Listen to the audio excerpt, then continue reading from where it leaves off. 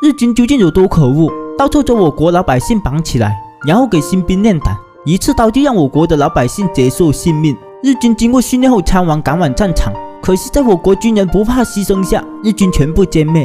这名日军是唯一幸存者，他从死人堆里爬出来，穿上中国阵亡士兵的衣服，他跌跌撞撞向前走去，然而没走几步，只听扑空一声，倒在地上，正好被附近村庄的中国大姐所救。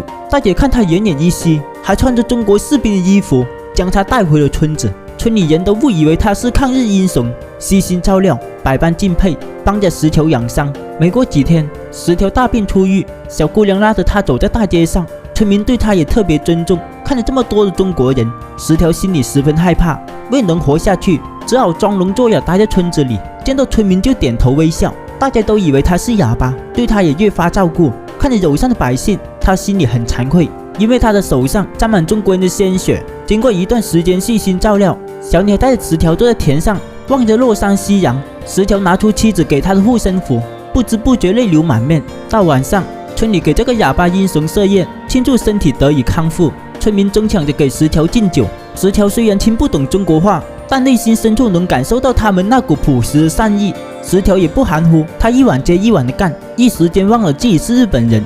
酒过三巡，石条和村民们欢快在院子中跳着舞，但他跳的日本舞。等石条睡后，几个村民讨论这个英雄跳的是什么舞，从来没见过这么奇怪的舞步。而这段时间一直都是大姐照顾他。村民问他，大英雄住在你家，有什么不对劲的地方吗？大姐说没有啊，就是逢人就爱点头。常去县城卖鸡蛋的村民说，他想起县城里的人说过，鬼子就爱点头。这话一出，大家都害怕极了。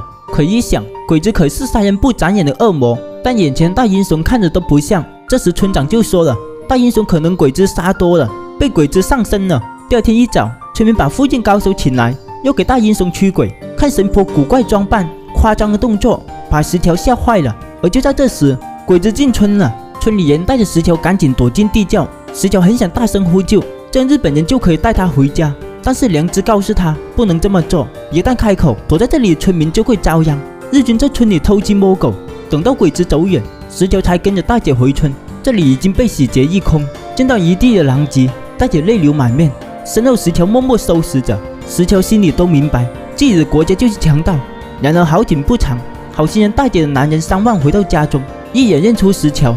石条见这三旺被吓得说不出话，仇人见外，分外眼红，捉起酒缸就往石条头上砸。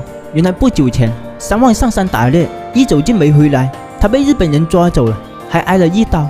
而刺他男人不是别人，正是石条。身份暴露，石条被五花大绑。村民聚在一起，不敢相信，他们眼中大英雄是个日本鬼子。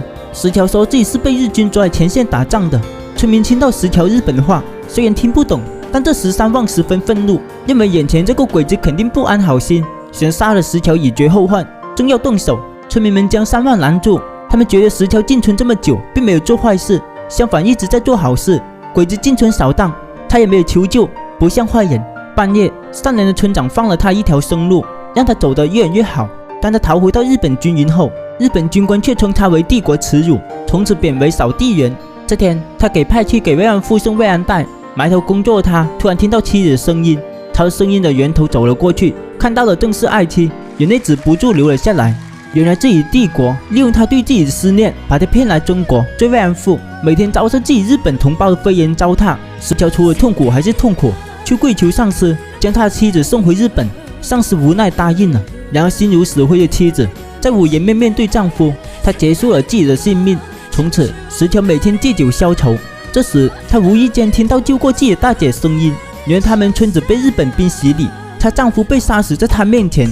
她和其他妇女一样，被抓来日本军营做慰安妇。石条本想放她一条生路，可她却没有活下去的勇气。她求石条杀了我，杀了我。她捉着尖刀刺向自己的喉咙。她心爱的女人死了，救她的恩人也死了，导致石条精神崩溃。她要为妻子报仇，为村民们报仇。她像疯了一样从慰安棚杀到日本军营，但在少佐一声吼叫中，石条似乎清醒了过来，自己明明是个日本人，却为了中国人在杀害自己的同胞。她不知道自己做的是对是错，她从军营里跑了出来，来到一个山坡，站在原地。石条迷茫了，不断地问自己，这场战争到底为了什么？石条最后他拿着刀刺向自己，这或许是给死去人一个交代吧。